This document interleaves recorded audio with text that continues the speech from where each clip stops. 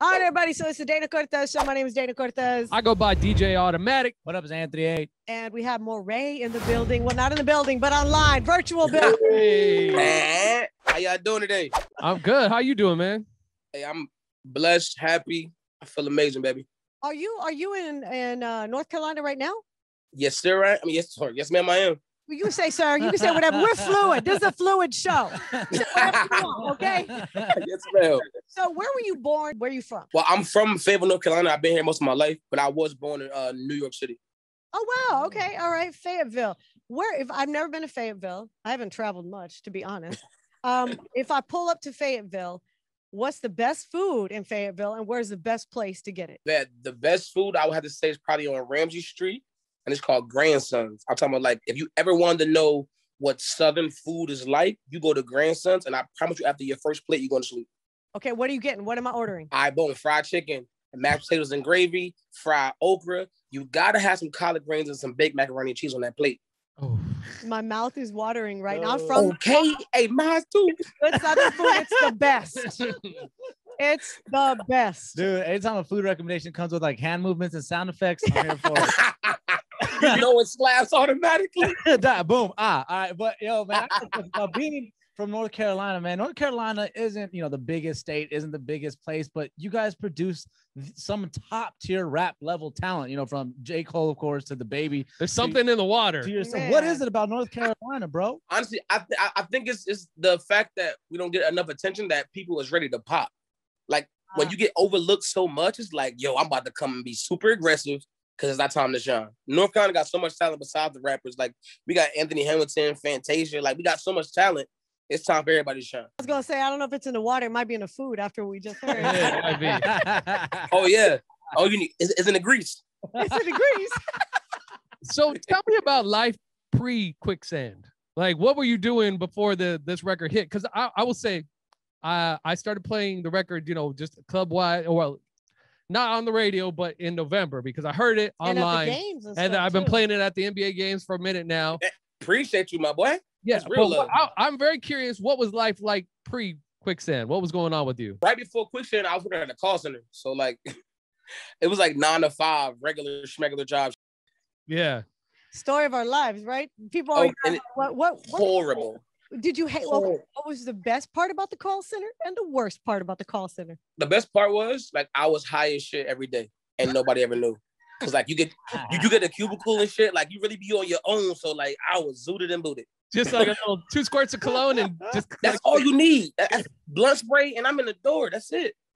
The worst part about the job is like, all right, imagine your account is on zero, right? And there's somebody calling to your job saying they got $100,000, but they're mad about a $3 fee.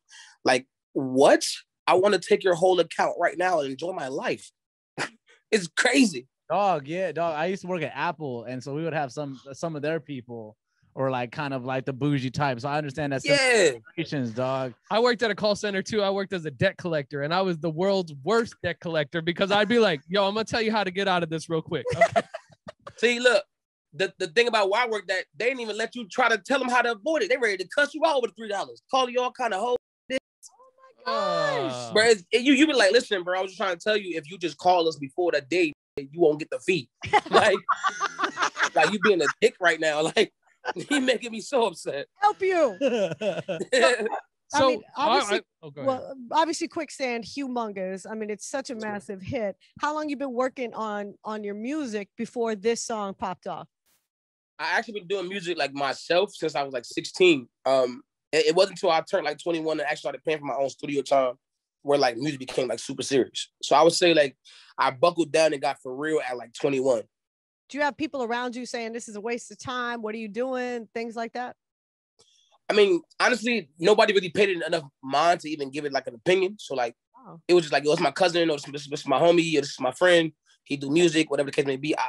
It wasn't until like Quicksand came out and everybody was like, oh, you really got something. You got it. I didn't even know either. I was gonna say, so when did that happen? When did you first notice like, yo, this might actually go? This is working. When it hit 100,000 views, that kind of like blew my mind. I was like, I can't believe this is going the way it's going. Like 100,000 people have just watched my video. To me, that was the biggest thing I could ever experience. Like that broke me down. I got a question, dog. One of the lines, I'm a big football dude, so one of the lines that popped out to me was about the interception, about the pick six and whatnot, right? And I love the line. And then you go on to talk about never killed, ain't gonna lie, I was tempted. He was a target, but luckily that I missed.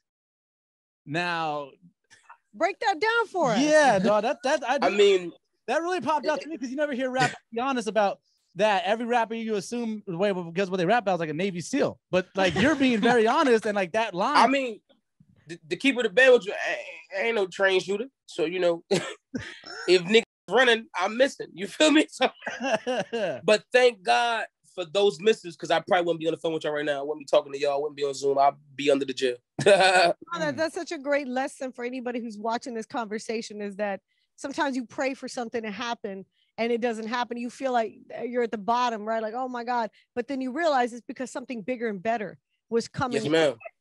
So God knows best. Man. God knows okay, he always does. He always does. No, and the rest of that, the line goes on. My opportunity was knocking and I missed it, but obviously you pulled it together. And I feel like you speak to a certain men and women, but there's certain young men who may be coming through certain things and maybe approach with certain life decisions, right? And you were too. And you said you kept missing your opportunity. What was it for you that made you really want to first grab that opportunity and kind of change your life? I think the first time I realized I need to really buckle down and understand who I was as a person was when I had my first kid. I was 19 years old and my son was born. And I was like, I really don't want to show him the person I was.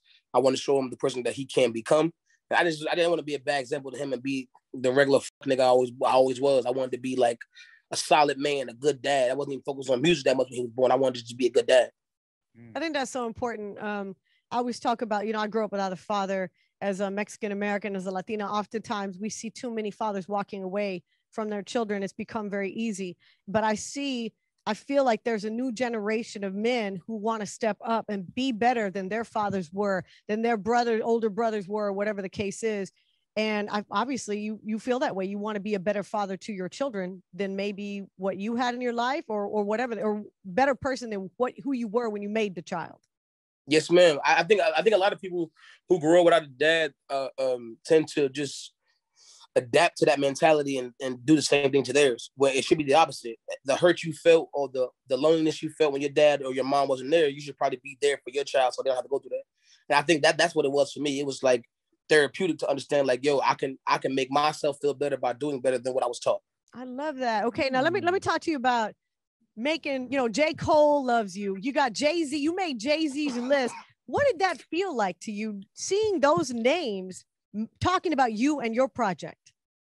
The fact that J. Cole don't talk to nobody, and I don't even know this man to now, like, and he wrote amazing. I was like, what the like? He from my city. Like, that was like the aura of the God telling you fire. Then all of a sudden, Hov will come out of nowhere and put me on this playlist. I said, what the easy? Like, that shit was crazy as shit, bro.